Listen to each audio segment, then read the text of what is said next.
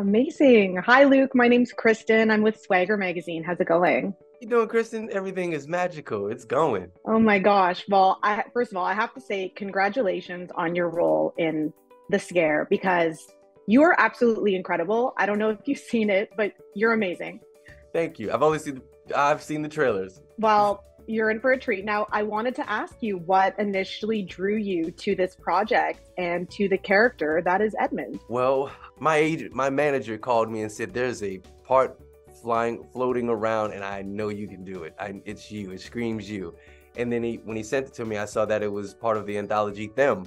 I am a fan of the first season. I mean, the level of work, the level of honesty and depth and the historic background work and just a great horror. I was moved by that. So as a struggling actor, here's an opportunity. Oh my God, this is this is a dream come true to read Edmund and see the challenge that you would have. I mean, it scared the hell out of me, but that's why we love it. That excitement. So yeah, I couldn't help but want to work with Lil Marvin for sure. Amazing. Now, Edmund is described as having kind of a deep inner void. How did you tap into that emotional complexity to bring him to life on screen? Well, I really just had to really take a really good look at him and what he's going through as a man who feels alone in this world and looking to be seen, looking for a sense of purpose. What that can do to a person by yourself your entire life, to feel thrown away. And then to choose something that you feel you're really good at that you've been doing forever as an actor where we have to deal with constant rejection. That really resonated with me as an actor myself, a struggling actor, as an only child myself, as a man in this world, just trying to find my own space and my own voice. And the idea of living in this world and never hearing someone say I love you, I mean, that really moved me. That really shattered my heart in a sense of like I want to tell his truth and also have the best time doing a horror series. Are you a horror fan yourself? Absolutely. Yes. Did you watch any horror to kind of get into character, or were there any maybe songs that helped you when you were prepping for this? Oh wow, songs. I listened to Jaleel, yeah. That's he just is like mosh pit music that's just like I mean, it moved me. That's what really got my spirit going. But as far as my inspiration outside of music, Cypress Hill, of course. Sorry, I had to throw that in there. And Bobby McFerrin. I had to throw that in there. But outside of music, I just had to dive into my own truth, my own childlike.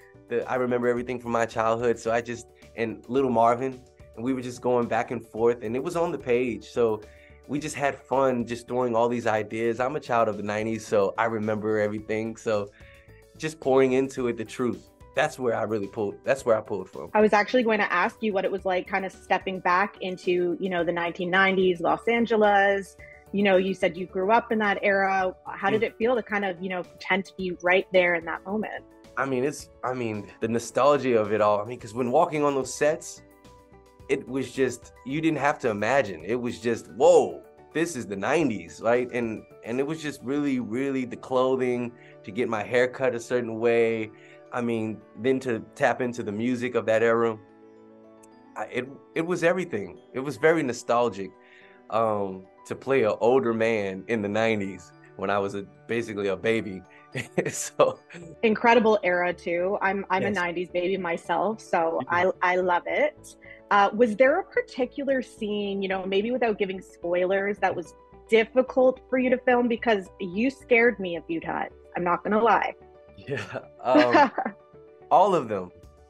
To be fair, for me, everything was, one would say 0 to 100.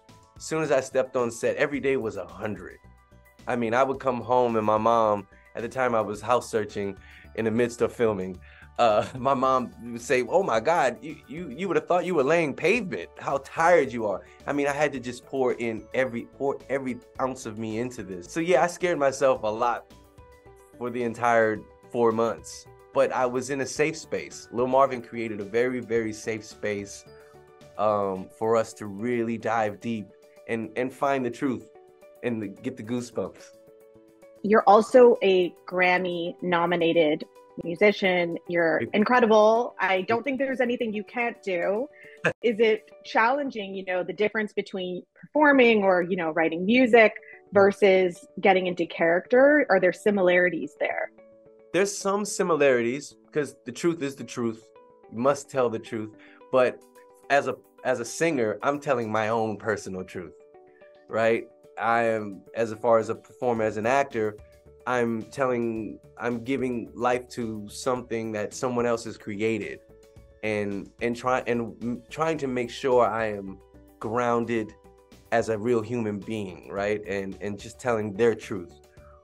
That there's a bit of a struggle in that, but that's the awesome part of being an actor. I get to live other lives and just as a person who has empathy for people, and it just deepens your empathy, just learning about more people and people that are different from you. It's not that much different, but I enjoy both of them. They both feed each other.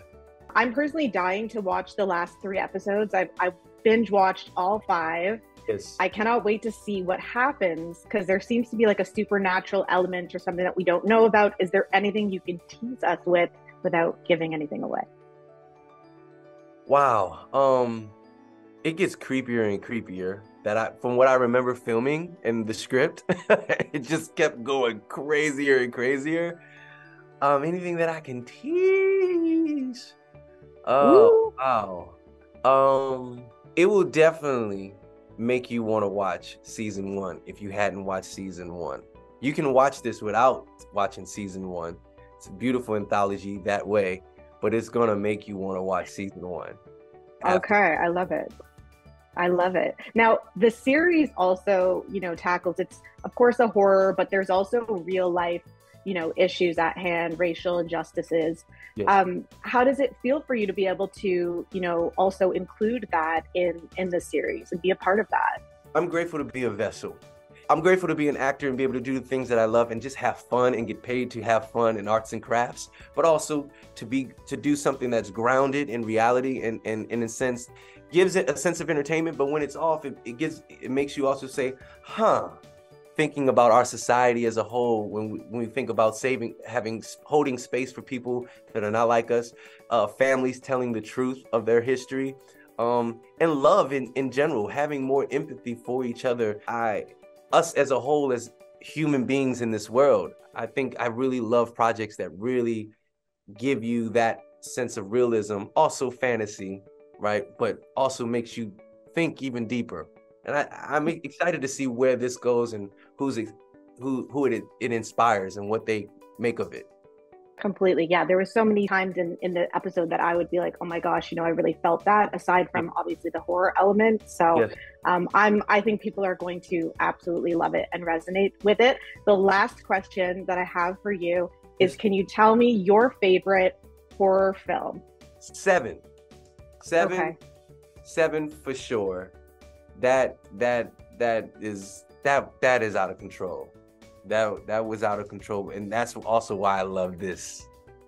The Yes. detective noir, classic horror thriller. This thing, it has all the things. It's very nostalgic for sure. Lil Marvin is a genius. Absolutely. Well, honestly, I'm so excited for you. People are going to freak out when they see your performance, I swear. So thank you so much for your time. It was really a pleasure. You're amazing. No, I appreciate you. Thank you. This is out of control. I know we're going to see more. We're going to see more. I hope Okay. So. Take care, Luke. Okay. Too.